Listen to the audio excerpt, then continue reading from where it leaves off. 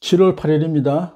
야고보서 4장 1절에서 12절까지 말씀입니다. 야고보 장로는 교회 안에 있는 성도들 중에서 하늘로부터 오는 지혜가 없어서 서로 싸우고 분쟁을 일으키고 있는 사람들에게 말합니다. 무엇 때문에 여러분 가운데 싸움이나 분쟁이 일어납니까?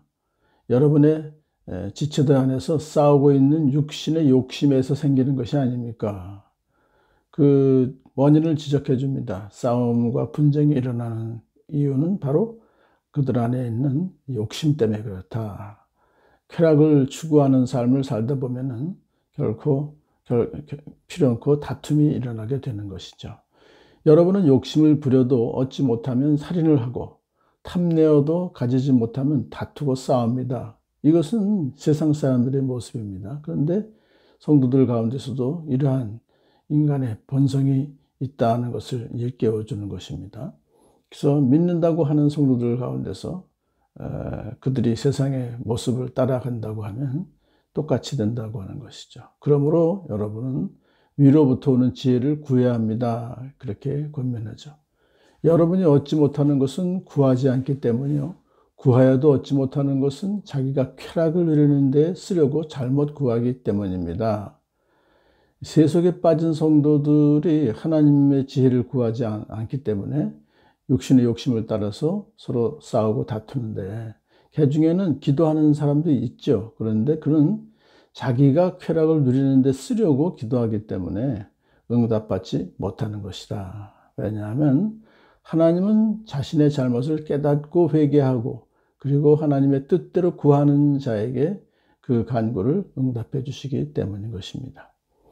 간음하는 사람들이요, 세상과 버탐이 하나님과 등지는 일임을 알지 못합니까? 그렇게 질문하죠. 여기서 간음하는 사람들이라는 것은 영적으로 간음을 하는 것이죠. 우상을 섬기는 거예요. 하나님의 백성인 줄 자기들은 알면서도 우상을 섬기는 자들을 말해요. 예수님께서 이스라엘을 악하고 음란한 세대라고 비유하셨고 그들의 불신앙을 질책하셨던 것을 기억합니다.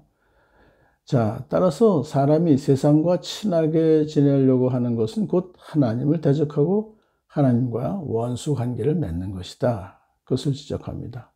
그러므로 누구든지 세상의 친구가 되려고 하는 사람은 결국에는 하나님의 원수가 되고 그 책임을 당연히 스스로가 져야 된다.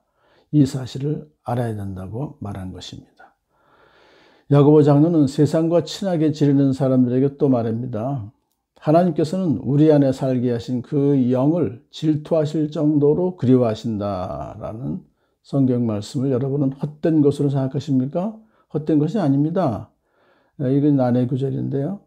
이렇게 이걸 이해하면 좋을 것 같습니다. 비록 우리 성도들이 신실하지 못하고 세상과 벗한다 한지라도 하나님은 우리를 사모하신다. 성령님이 질투하실 정도로. 그래서 하나님께서 우리를 사모하신다라고 하는 그 성경 말씀은 결코 헛된 말씀이 아니다. 그러므로 여러분은 세상과 벗어서는 안 되지 않습니까? 이렇게 질문하는 것입니다. 그러나 하나님께서는 더 큰 은혜를 주십니다. 이게 사실은 복음입니다. 왜냐하면 하나님께서는 그런 상황에 있는 사람들을 거부하지 않으시고 더 큰 은혜를 주신다는 것입니다. 하나님은 당신의 백성들에게 다시 교제를 회복하시기 위해서 성령님을 통해서 하나님의 은혜를 우리에게 준다는 것이죠. 그러므로 성경에 이르기를 하나님께서는 교만한 자를 물리치시고 겸손한 사람들에게 은혜를 주신다라고 말합니다. 그러므로 우리가 겸손해질 때 하나님께서 주시는 은혜를 받을 수가 있다는 것이죠. 과거에 아무리 교만해서 세상과 친하게 지내고 하나님과 원수가 되었다 할지라도 회개하고 다시 겸손하게 은혜를 구하면 은혜를 주신다는 것을, 더 큰 은혜를 주신다고 말씀하신 것이죠. 그러므로 이제 결론을 말합니다. 하나님께 복종하고 악마를 물리치십시오. 그러면 악마는 달아날 것입니다. 이 하나님께 복종하는 것은 곧 악마를 물리치는 것이죠. 왜? 하나님과 마귀는 서로 양립할 수 없지 않습니까? 근데 어떻게 하라고 하면 물리치라고 합니다. 그러면 마귀는 도망할 것이다. 자, 우리에게 시험을 이제 속에 있는 욕심 때문에 그렇게 악한 짓을 하는 것은 결국은 마귀가 배후에서 조종하기 때문에 그 마귀를 대적하라. 그런데 이제 마귀를 대적하는 방법은 하나님께 가까이 가고 하나님께 전적으로 헌신하는 것이다 라고 말하죠. 하나님께로 가까이 가십시오. 그리하면 하나님께서 가까이 오실 것입니다.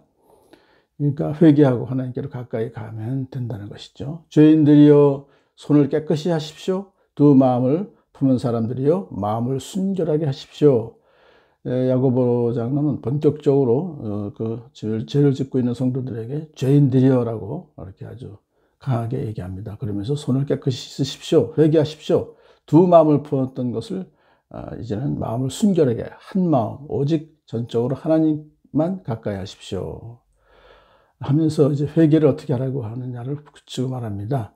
여러분은 괴로워하십시오. 슬퍼하십시오. 우십시오. 여러분의 웃음을 슬픔으로 바꾸십시오. 기쁨을 근심으로 바꾸십시오. 왜냐하면 하나님의 심판이 다가온다는 것을 알면은 우리가 슬픈 상태에 있게 될 수밖에 없죠. 애통하고 회개하라 하는 것을 말합니다. 주님 앞에서 자신을 낮추십시오. 그리하면 주님께서 여러분을 높여주실 것입니다. 자신을 낮추는 행위와 회개는 세상으로부터 오는 것이 아니라 하나님으로부터 오는 보상을 반드시 받게 될 것입니다. 여러분을 높여주실 것입니다. 하면서 이제 야고보 장로는 모든 성도들에게 권면합니다. 서로 형제자매 여러분, 예수 믿는 모든 성도 여러분, 서로 비방하지 마십시오. 서로 헐뜯지 마십시오. 율법을 헐뜯고 율법을 심판하는 사람입니다. 자기 형제를 헐뜯거나 심판하는 사람은 이렇게 규정을 해요. 왜냐하면 형제자매를 사랑하라는 것이 율법의 원래 원칙이죠. 그래서 그것을 사랑하지 않는 것은 율법을 범하는 것이기 때문입니다.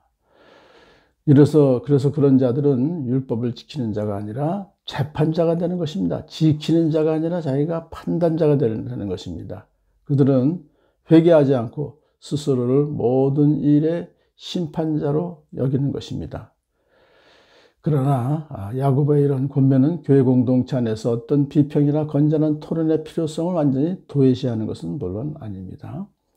마지막으로 이렇게 말합니다. 율법을 제정하신 분과 심판하신 분은 한 분이십니다. 하나님이시죠. 오직 한 분 하나님께서 시내산에서 모세에게 율법을 제정해서 주셨지 않습니까? 그래서 그 율법에 따라서 심판하시는 분도 오직 한 분이신데 또한 그는 구원하실 수도 있고 멸망시키실 수도 있습니다. 심판자이시기 때문에 하실 수 있는 권한이 바로 구원하실 수도 있고 멸망시킬 수도 있다는 것입니다. 그런데 도대체 그대가 누구에게 이웃을 심판합니까?